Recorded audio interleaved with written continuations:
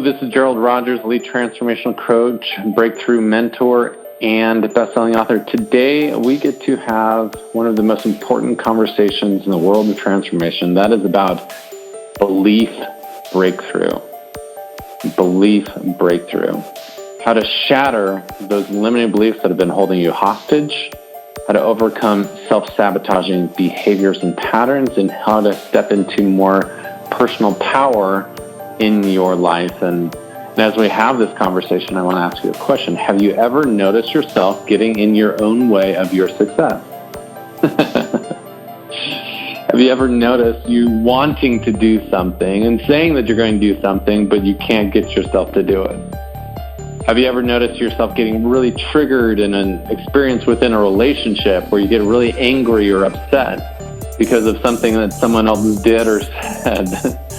Do you ever notice that around money you have sabotaging behaviors where you push money away from you, or you keep it from flowing in your life, or the moment you have it, you get rid of it? Do you notice within your health that you might struggle to be consistent with eating healthy or going to the gym or whatever it might be? Well, if you have had any of these experiences, that means that you are normal.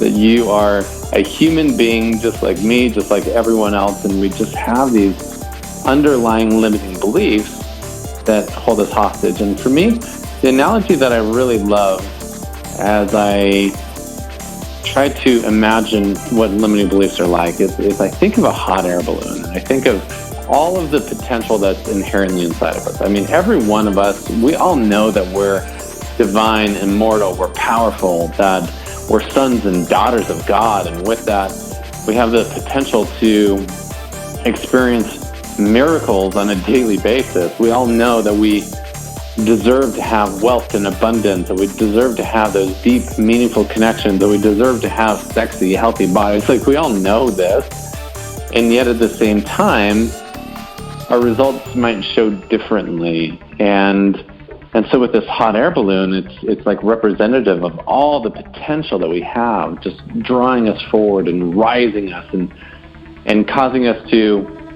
reach the sky. And yet at the same time, there's these tethers, these ropes that are tying us down and holding us to the ground and keeping us from experiencing those potentials. And for me, limiting beliefs are those tethers. They are those beliefs that keep us from being able to fully activate our potential. And so one of the most important things in life is to be able to see the tethers, to be able to understand what's holding, to understand that we are the ones that are limiting ourselves, and from there to know how to break through and cut those tethers once and for all. And this is a really important conversation. I've spent years and years of my life dedicated to understanding human behavior and understanding our potential and understanding what it takes to reach our potential in our life. And the reason why I'm so passionate about this conversation is because I know that it's changed my life. I know that for most of my life, I've been the greatest obstacle in the way of my success. And what I've noticed as I began to apply the things you're going to be learning today, it's allowed me to step more powerfully into being a conscious creator in my life. And that's what we all want, right? That ability to consciously design and create the life that we want. And what I love about learning the art of belief breakthrough is that it puts you back in the driver's seat in your life, so you're not being driven by your triggers. Your life isn't being dictated by these unhealthy, sabotaging beliefs, and you get to step more fully into your power. And as we begin this conversation, I'm going to go ahead and just underscore the fact that there are many different ways to heal from past trauma and past mistakes. There's many different ways to heal these internal limiting beliefs and fears and this internal self-image that we have. And I believe that there's value in all of these different modalities. And that modality could be tapping, an EFT, or Reiki, or Tai Chi, or there's literally countless of different types of breakthrough modalities that exist. But in today's conversation, I'm just going to be outlining a very simple model that you can use on yourself and that you can use on others. And the more and more you master this in your life, the more and more you'll be able to step into that full conscious power that you desire. So I'm really, really excited to help you learn how to master these things. And for me, the reason why this is so important is because I know that when we're living a life of unexpressed potential, when we see what's possible and we just keep getting our own way, it's so frustrating, so exhausting. And so often in life we get stuck with the belief that says, oh my gosh, things will never change, or this is too difficult, or I'll never be able to have what I want. And as we look at limiting beliefs, this is one of the first ones that we get to eradicate, is the belief that says, I can't have what I want, or change is difficult or hard. And I want you to, first of all, we're going to begin with a simple foundation. I want you to imagine that each of these different beliefs is like a seed in your garden. And I want you to imagine with the belief that says change is difficult, change is hard, what sort of fruit would naturally show up in your life if that was one of your core beliefs? Well, obviously, if that belief was that change is hard, change will be hard for you. I think back to the quote from Henry Ford that says, whether you think you can or think you can't, you're probably right. And this really underscores the core reason why this is so important, is because when our beliefs in our subconscious are out of alignment with that which we want, when our subconscious beliefs are built on lies and limits, then it doesn't matter how hard we try. And I would imagine, I know I might not know everything about your life, but I would imagine that there's been times in your life where you've tried really hard to be successful. You've worked really hard for money, or worked really hard in your relationship, or worked really hard to lose that weight, and maybe the results that showed up in your life weren't quite what you were wanting. And I want to underscore this, that hard work alone is not the recipe for success.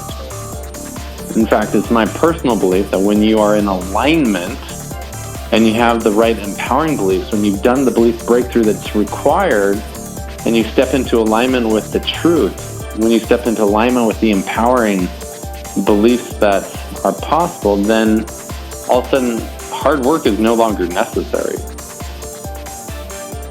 Success becomes easy and natural because it's your natural birthright, and that's really what we want to help unlock for you right now. And so as we begin, I want to lay a very, very basic foundation of understanding what these beliefs actually are, how they've been created, and why they tend to drive and operate the results in our life. Where do these beliefs come from? For instance, a belief that says, I'm not valuable, or I'm not worth it, or my voice doesn't matter, or people don't care about me. Like, where do these beliefs come from? Well, looking into the basic anatomy of a mind, I'm going to give you a very simple psychology lesson. And I recognize that this is completely oversimplified, but this model at least will help you understand why you have these limiting beliefs in the first place. So inside all of us, we have these different parts of our mind in our brain. And our brain has one very, very simple job in life. What do you think that job is of our brain? The job of your brain is to keep you safe. And what does safety really mean? Well, safety to the primal brain means to keep us within a comfort zone, to keep us in a world in which we avoid things that are dangerous or unsafe. And we're constantly driven to be accepted by our tribe, to be loved by our tribe, and to avoid danger. And danger, once again, in the mind is represented by anything that is foreign and unknown. And so if you go back to the starting point of your life, from the time that literally you're in your womb, these energetic beliefs, this energetic blueprint for your life is beginning to be formed. And we take on beliefs energetically from so many different ways, and it really happens within your womb and the womb of your mother. And as you're in that womb of your mother, you're receiving the emotions and feelings and the energetic messages from her cells that are being transmitted into your cells in that creation period. And if your mom's experiencing stress or fear or lack, that's interpreted for that little fetus as it grows. And thus the first imprints, the first neurological imprints are created in the mind. And then the baby's born, and that's when the real programming really begins. And in that programming that happens, understand that your mind is an amazing observer, but a lousy interpreter. Your mind is constantly looking around you and receiving all of this information, all of this data at any given time. And your brain is just constantly sorting and sifting and trying to create meaning out of those things. And so, for instance, as you're growing up, you're going to hear all these conversations from your parents. You're going to hear them argue about things. You're going to hear these messages from your brothers and sisters. You're going to hear not just the words that they speak, but the energy through which you have them. And so you begin receiving this blueprint of beliefs that you're inheriting from your environment growing up. And then as you start to develop the first stages of your conscious mind, you have inside of your mind all of these neural pathways that are being formed. These neural pathways are the energetic highways inside your mind that create your thought patterns and the way you react and respond to the world. And you have these moments that are traumatic experiences. They're perceived trauma, where they're peak emotional experiences. And those peak emotional experiences create a really strong belief system inside of you. So sometimes it's incredibly simple, right? And incredibly you wouldn't think that it would cause a traumatic belief, but it just does. And it could be as simple as you're at the store with your mom and you're 3 years old and you see that candy bar and it's like, I want that candy bar. And your mom says, no, we don't have the money. We don't have enough money. No, you can't have it. And once again, our brains, because they're excellent observers but lousy interpreters, tries to create meaning out of that experience. And as a little 3-year-old, we don't have the ability to consciously say, oh, that's just her belief. That's not true. Of course we have money. Of course I deserve. Our brain doesn't have the ability to filter at that age. And so we're just laying this framework of self-identity. And that self-identity then begins to create results. And from that one simple experience, the belief could be, wow, I'm not important.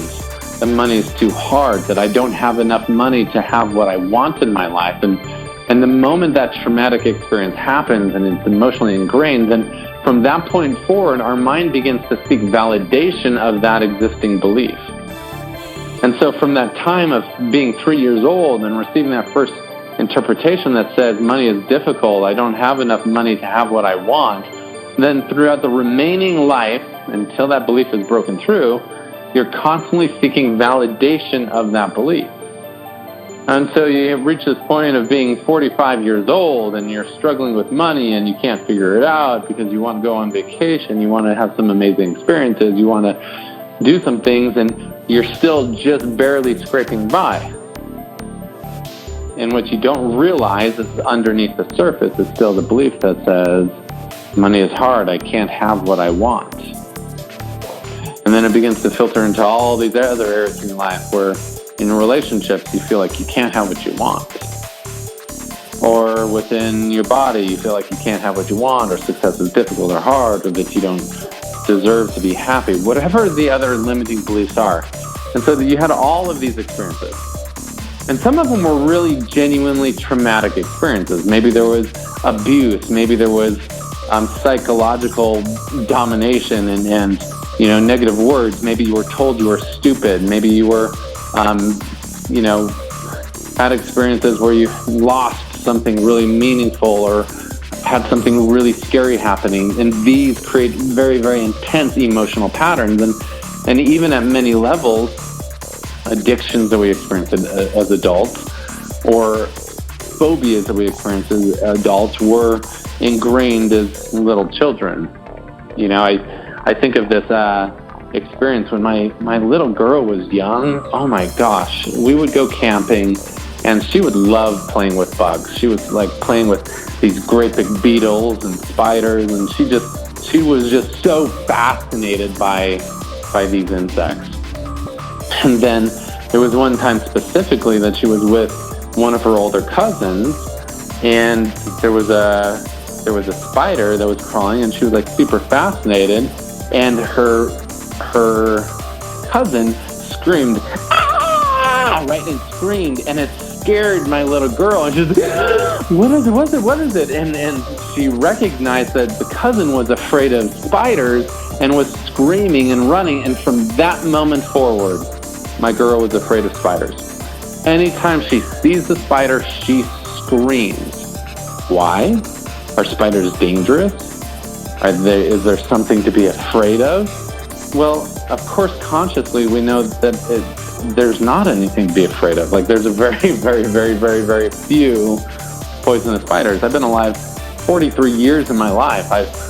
I've touched and, been around countless spiders. I've never once been bitten by a toxic, I have zero fear of spiders. Like, spiders are not something I ever worry about.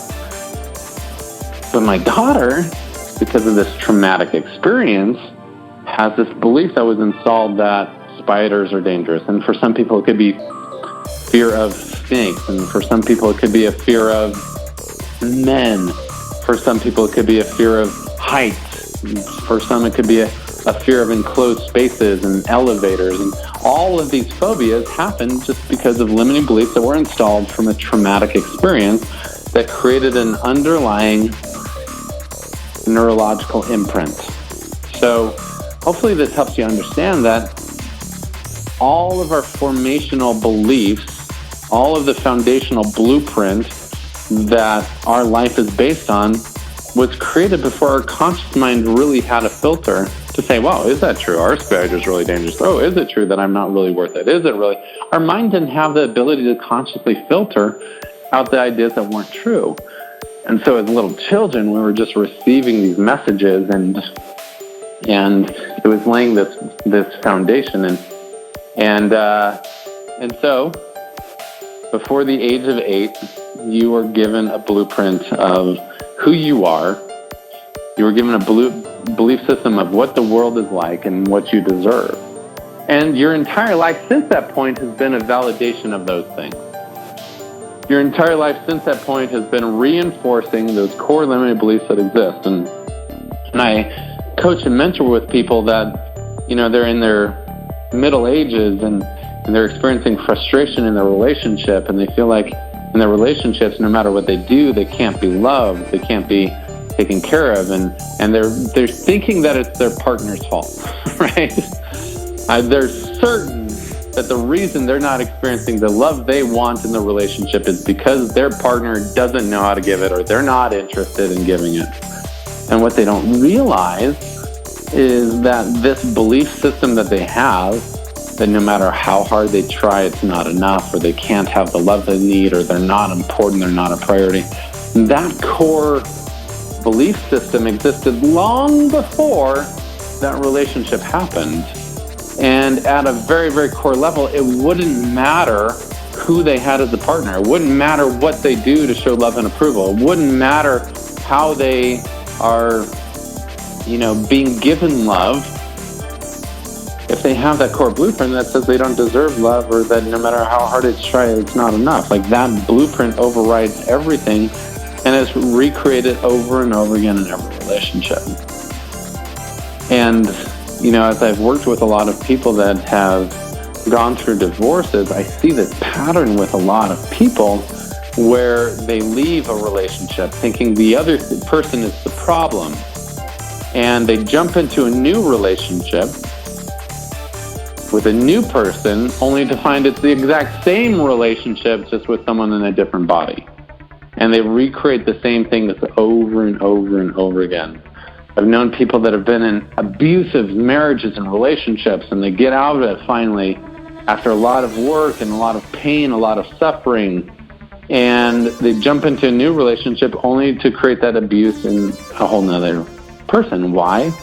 Because underneath is some belief that says, I don't deserve to be happy. I don't deserve to have what I want. I deserve to be beaten in the relationship. And I know these are pretty harsh things that I'm saying right now, but I'm just explaining how these limiting beliefs operate in our life, and how until we do the belief breakthrough work, they keep being repeated over and over and over again. Like people, if they have broken limiting beliefs around money, let's say money's hard, money's difficult, money's challenging, I can't have what I want. If they have any of these beliefs, then sure enough, that's the experience that keeps showing up in their life over and over and over again. No matter what job they have, no matter how much money flows into their life, they keep creating those things. So right now, in this moment, we're going to go through the process of helping you understand how to break through those limiting beliefs. When you notice fruit showing up in your life that is not what you want, here's a process that you can go through. And I'm going to begin this process by teaching you how to guide someone else through the belief breakthrough process.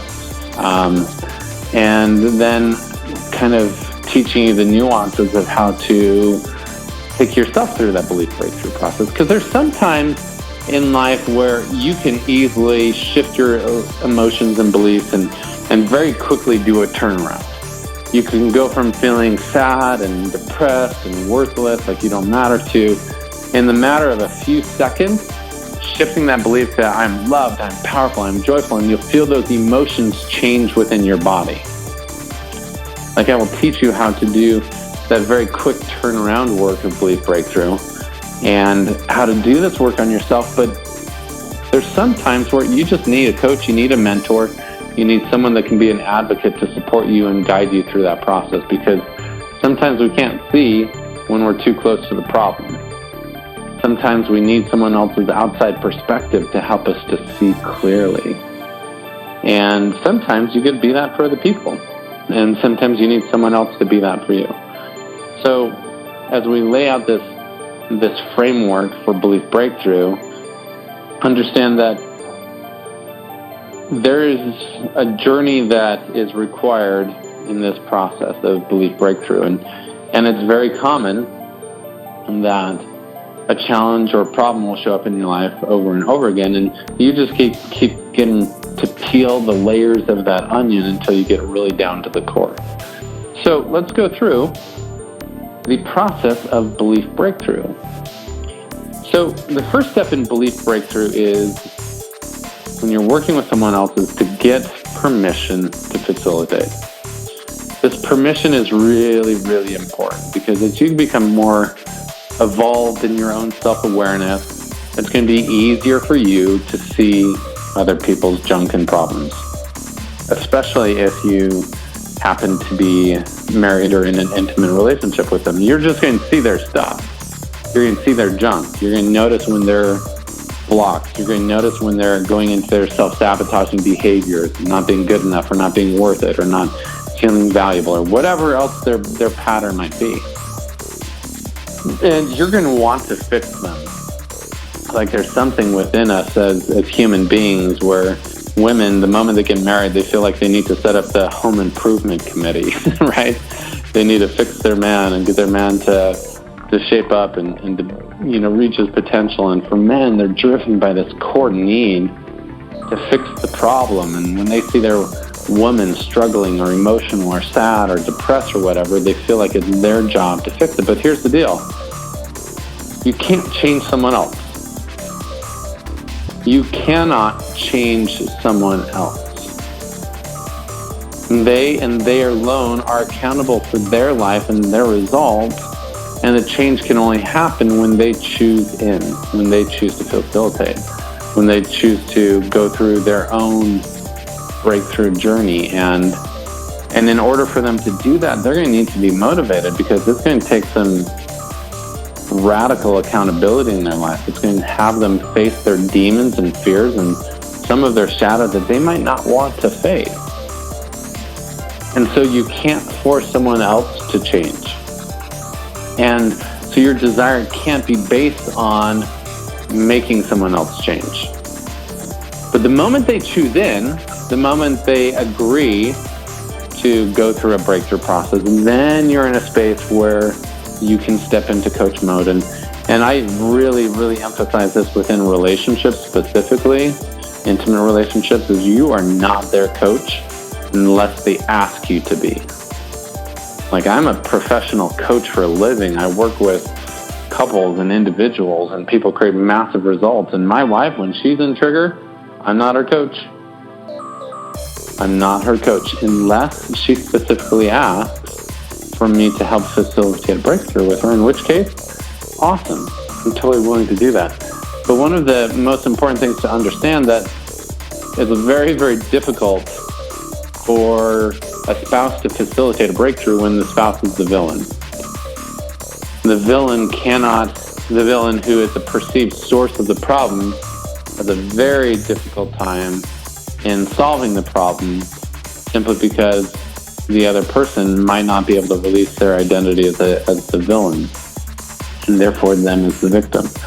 So it takes a really conscious relationship for someone that's in trigger to allow the person that triggered them to guide them through the breakthrough process. So often it's really valuable to have other people to help facilitate. And, I do know couples that have reached a point in their relationship where they are able to consciously support and facilitate. And that, I think, is the dream for everyone. And it might not be the case, right? It might not be the case at the beginning in your relationship, in which case, don't try to push it, but ask for permission to facilitate.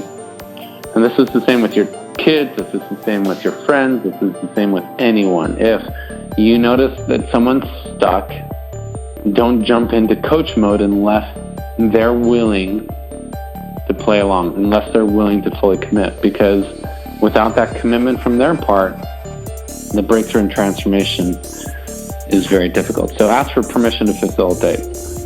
Second step is find out the fruit. What's happening? Get really clear on what are the results that are showing up in their life right now. What is the trigger? What is the emotion? What is the result that's showing up in their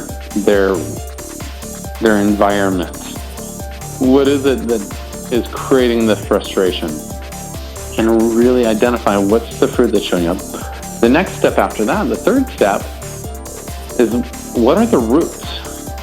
This is where you start digging deep and identifying what are the specific beliefs that are underneath the surface that are creating those fruits to show up. What's above the ground is simply a reflection of what's beneath the ground.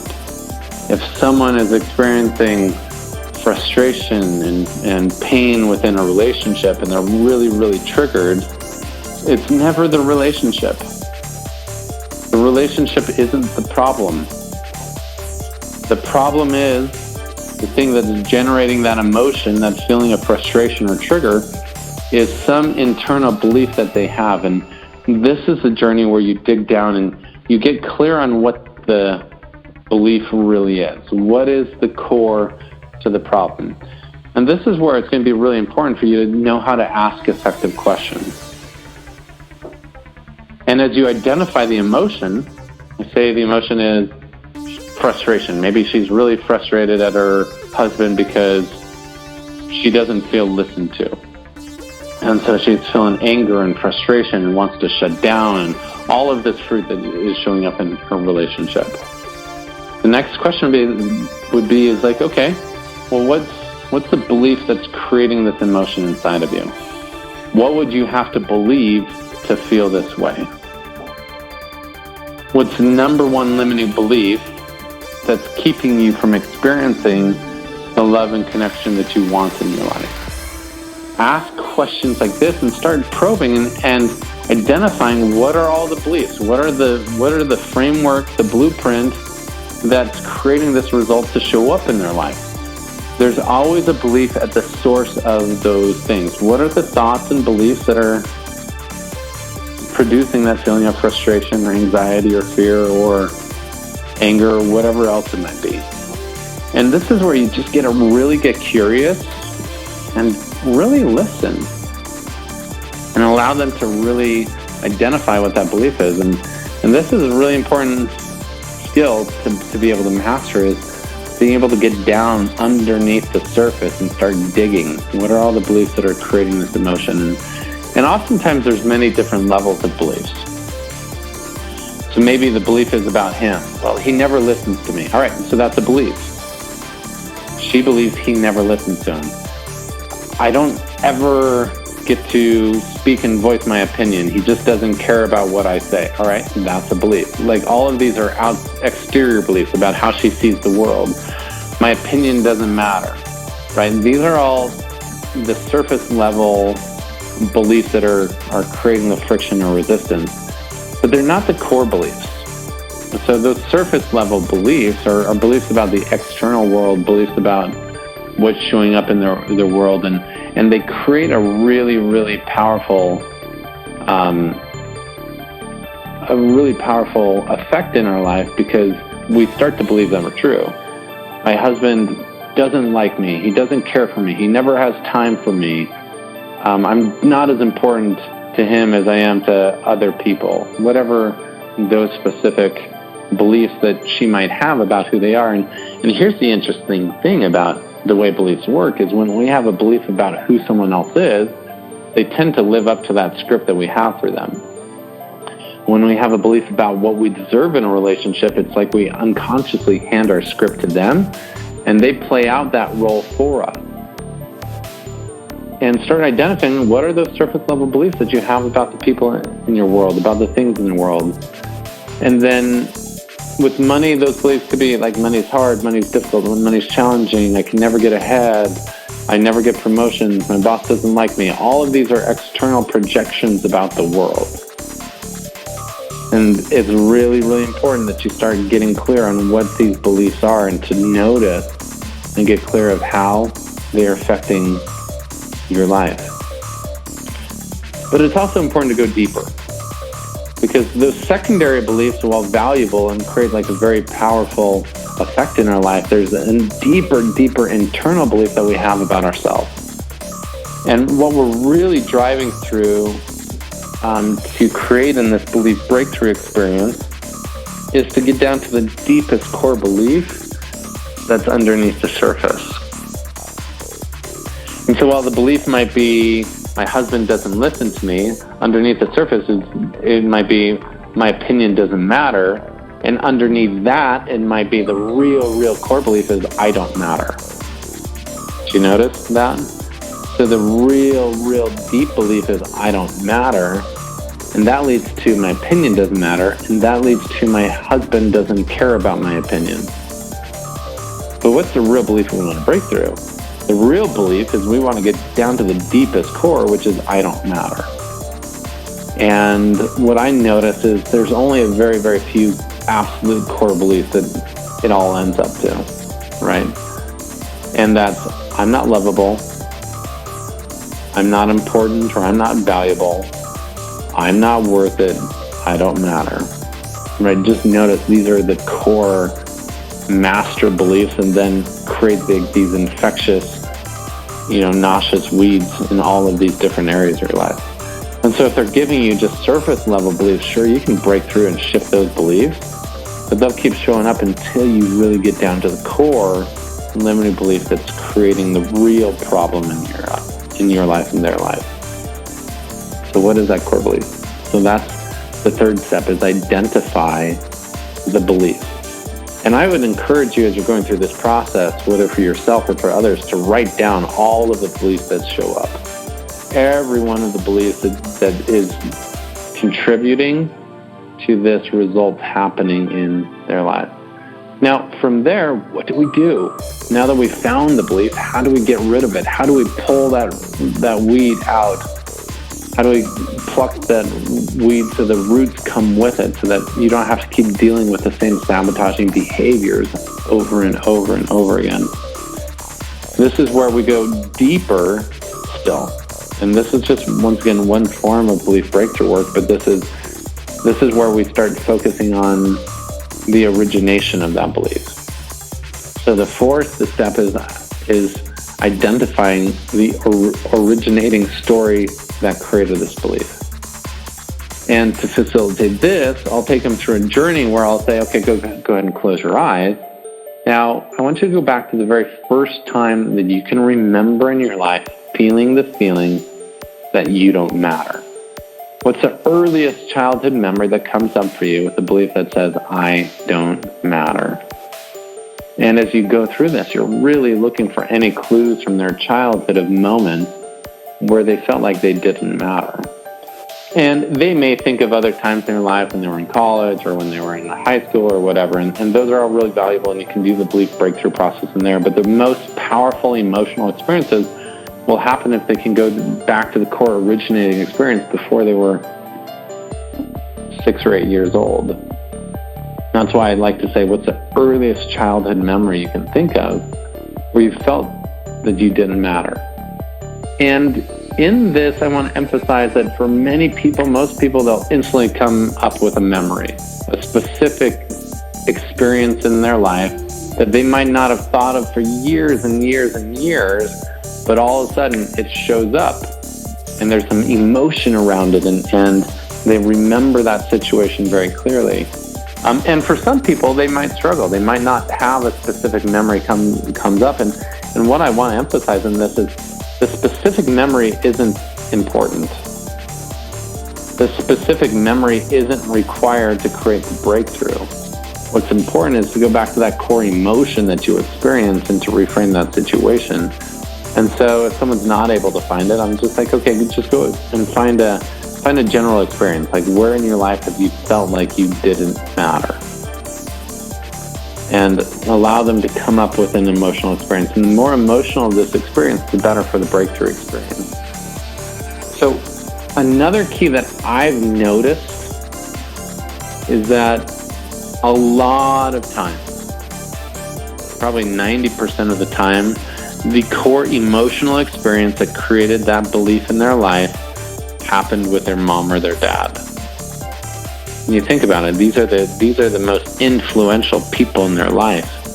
These are the people that they lean on and that they respect most, that they are constantly gleaning like their paradigm of life from, and so they'll have those experiences where they'll be with their mom and dad. And what's interesting too is oftentimes the core emotional blocks that show up relate to the parent figure that they had the hardest time getting love and approval from. And sometimes it's really valuable to check in and say, okay, which parent did you have the hardest time getting love and approval from?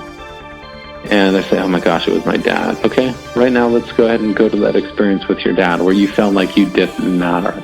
Be there now. And some of the language I use, and it's not like there's a have-to script in this. This isn't a process that has to be done in an exact way in order to create the breakthrough process. The reality is there's a level of intuition that you can tap into as you're supporting someone else or even yourself in going through this process. And as I take them through that journey, it's like, okay, like go to that earliest childhood memory and I say, okay, are you indoors or outdoors?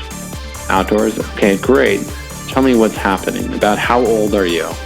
I'm about 5 years old. So what's happening and showing up? Well, I'm with my friends and we're at the playground and I want to play hide and seek, and my friend says that he doesn't want to play that because that's stupid, and so he gets all the other kids to go play baseball, and I feel like I don't matter. I'm not even invited to come play. It's like, okay, right, and notice they'll go into some very specific details of a memory most of the time that that for them as a little child felt so traumatic. It felt like so emotional. Or it could be another situation where they're with their mom or with their dad, and say they're with their dad and their dad just got home from work and they want to play with their dad, but the dad's unwinding and decompressing, and he picks up a newspaper and says, Dad, will you come play with me? And the dad says, no, sorry, I'm busy right now, I don't have time. And all of a sudden the emotional experience is, I don't matter. But what you're going back to is trying to identify what is the originating belief that created that initial emotional blueprint. And then once they tap into that emotion, it's like, how does that feel? As a child, what did you interpret? Well, I felt like I didn't matter. I felt like he didn't care about me. I felt like I was never good enough for him. I felt like I didn't have what it takes. I felt like the other kids didn't want to play with me because I wasn't as good as them. And you'll just notice all of this emotion that still exists. And once again, for a lot of them, it's like, oh my gosh, they had no idea all of this emotion still was tied to that experience. But it's really important that you create a safe space for them to experience that emotion. So once they experience that emotion, the next step of the breakthrough process, step number 5, is for them to find an advocate. And an advocate looks like, who is it that they need to hear a message from right now? Having them stay and remain in that space of being that 6-year-old or the 5-year-old or whatever age they are, says, okay, someone's got a message that can help you right now. Who would you like to have come speak to you? And that's often their mom or their dad. It could be a grandparent. It could be the savior. It could be their highest self. But really tune in, and most of the time I allow them to decide who would be the most powerful person to help them at this time. And sometimes I'll just direct them and say, all right, just imagine right now that your higher self is coming. So whatever it is, just they get to hear a positive message at this moment as they're in this formational experience of their life where they're about to decide that they don't matter. This is someone coming in as an advocate to help them see another possibility. And the role of the advocate in this situation is, I set it up like this, is in a moment, you are going to be your highest self, or whoever the advocate is. You're going to be the savior, and you're going to be looking at this little child, and you're going to have an opportunity to speak the words that he or she needs to hear right now. And then I'll set it up like that, and on the count of 3, 1, 2, 3, be them now. And looking at this child, can you see this child in front of you? Great. Now go ahead and speak the words that they need to hear right now, because they're about to make a terrible decision in their life that says they don't matter. And they need help seeing the truth. Go ahead and speak the words that they need to hear right now. And then I have them speak out loud exactly what that message is. And it's really powerful because instantly they shift the energy and they start telling the truth. It's like, oh, you're so beautiful. You matter so much. I love you so much. You're incredible. The other kids are just going through what they want, or your parent, your dad, he's just going through his own challenges and problems. And it's not about you. You are so amazing. You're powerful. You're loving, and you're a gift to everyone that knows you. You matter. You matter.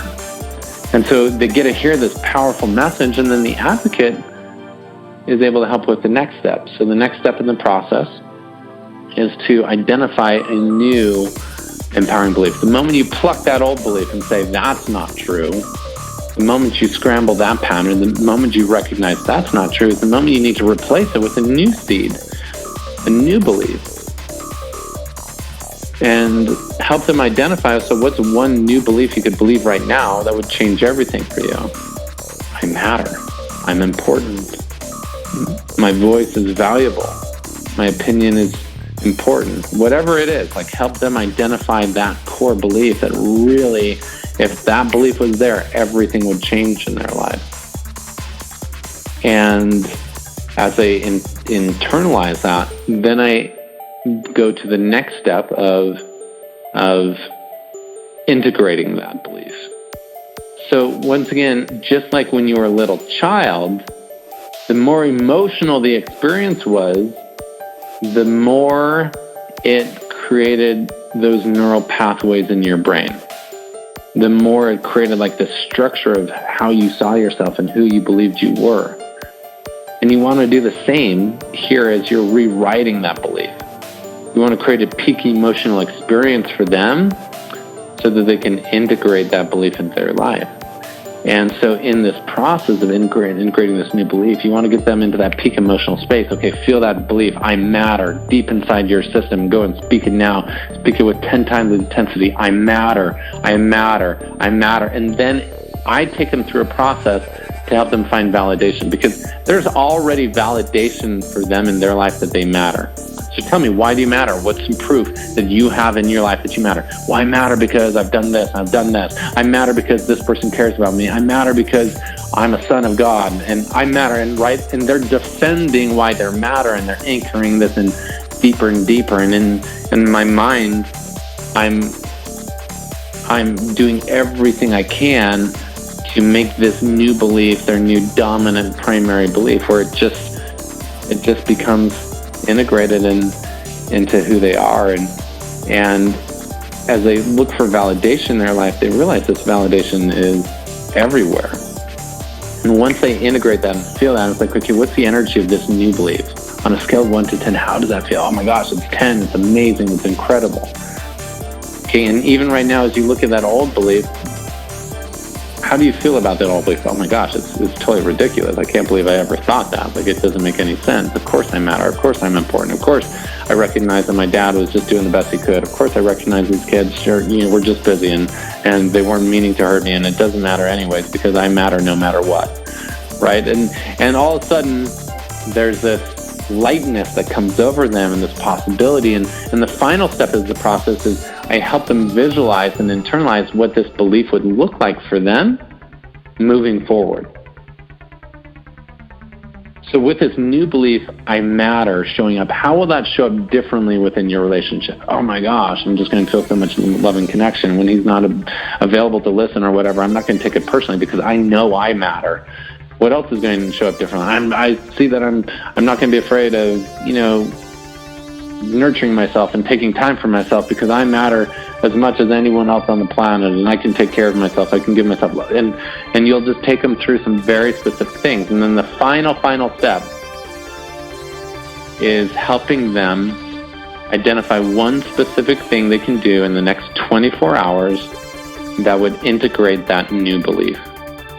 What's one specific thing you can do in the next 24 hours that will help you to integrate that new belief in your life? And this is where they step into commitment.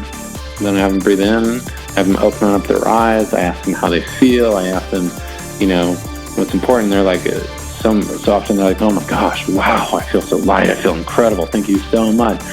And it's amazing because the moment they take that belief and start implementing it, it just starts to become the new neural pathway in their brain.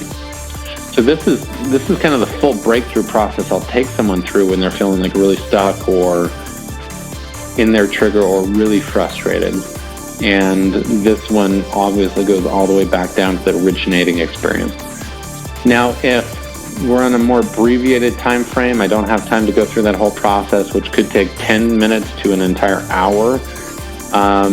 If I don't have time to take them through that process all the way, then I go to the abbreviated version of that, which is without even worrying about the originating belief, because that's powerful oftentimes for someone to heal that part of themselves and to understand how they developed that belief in the first place. But also there's some times where it's just not required.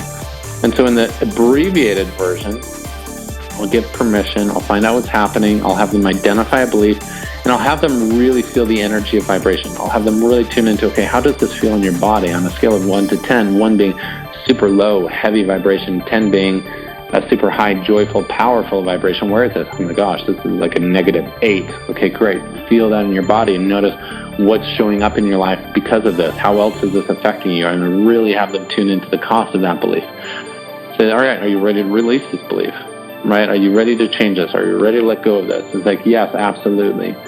And at this point, I have them shift their energy and I have them literally move and change their physiology, and I'll have them stand up, and I'll have them breathe deep, and I'll have them imagine that as they breathe in, they're just breathing light, and they're just exhaling, they're releasing that, and the shift in their physiology begins shifting their psychology, and it begins changing the energy patterns that are going on inside of them. And then I have them focus on, okay, if you were to rip that weed out and throw that belief away, what's a new belief? What's a new belief that would help you to actually create the results you want? What would that belief be? And I go straight from the limiting belief to shifting their energy and having them tap into the most powerful belief they can have, a belief that's representative of their highest and best self. And as they feel that belief, as they immerse themselves in that feeling, and then all of a sudden their entire energy changes, and as they feel the belief, oh, the new belief is I matter, I'm important, right? And they just feel the energy, and I have them have that flow through it, and I tell them to feel it in their body and their mind and their spirit even 10 times stronger right now. And I have them ask, okay, on a scale of 1 to 10, how does this feel? And then I go through the process of identifying, okay, what's going to show up differently? Why is this true? How is this going to show up differently? What's the number one thing you can do in the next 24 hours? And it's amazing how quick the shifts can happen. In the even more abbreviated version, the one that I use for myself the most often is creating awareness. If I notice myself having a hard time going to work, or if I notice I'm creating a lot of resistance where I don't want to talk to someone, or I don't want to deal with my taxes, or I don't want to interact with my spouse because I'm triggered, or any of these emotional patterns that show up, when I recognize that I am feeling the energy of a limiting belief, I just go to the quick, immediate turnaround.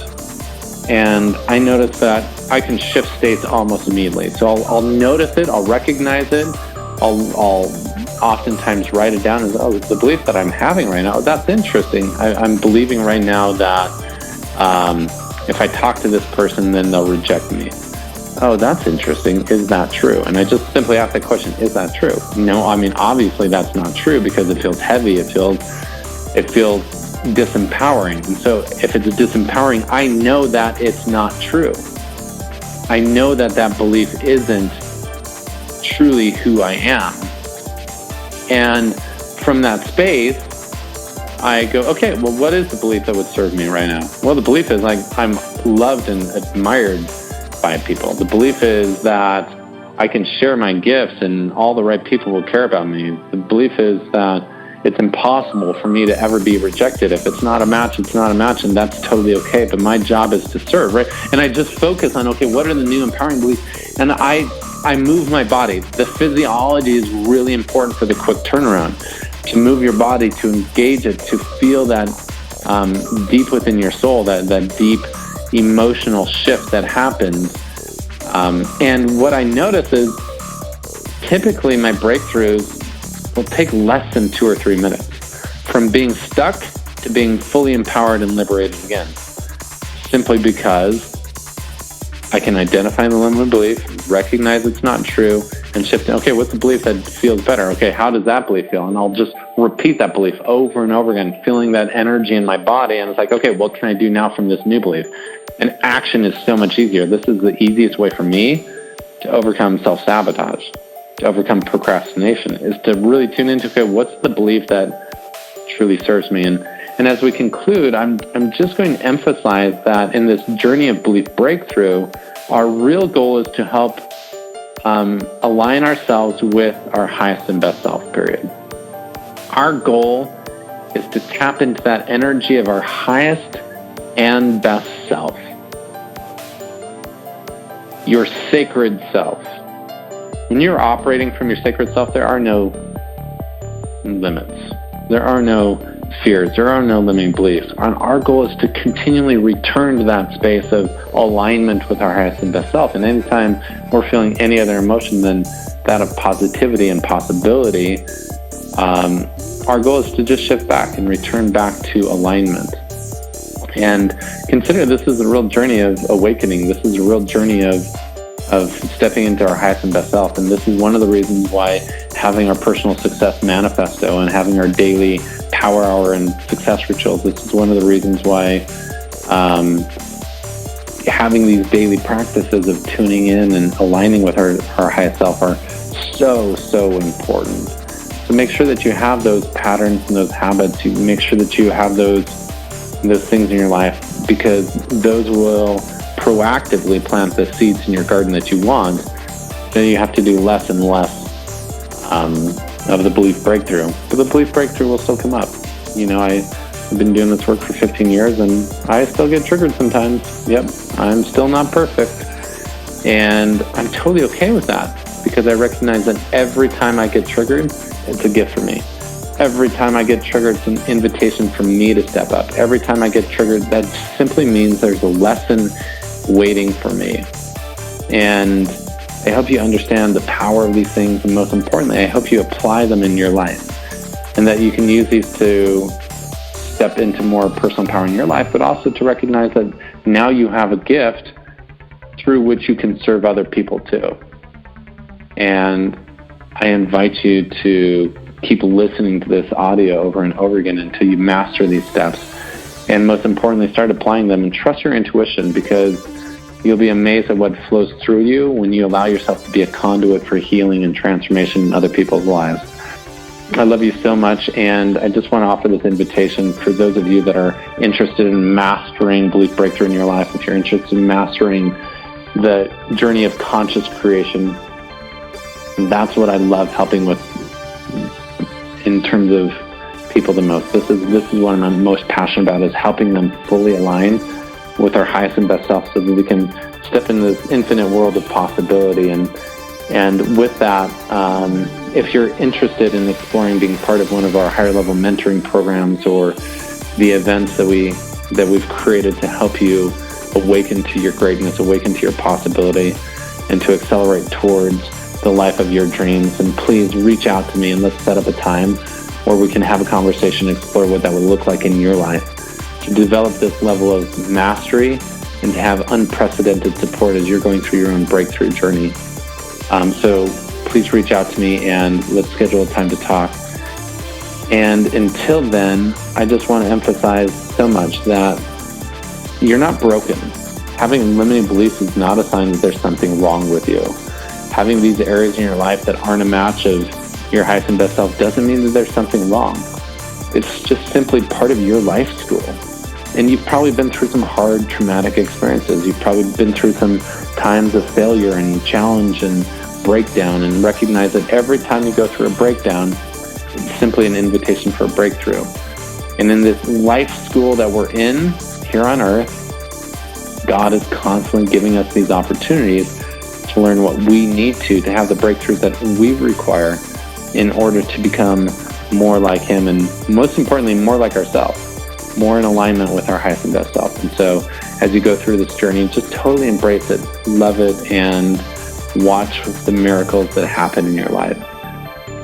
So look forward to seeing you at one of our future events. Look forward to talking to you and playing with you more in this playground of life. Until then, this is Gerald Rogers reminding you, you've got one life to live. Live big.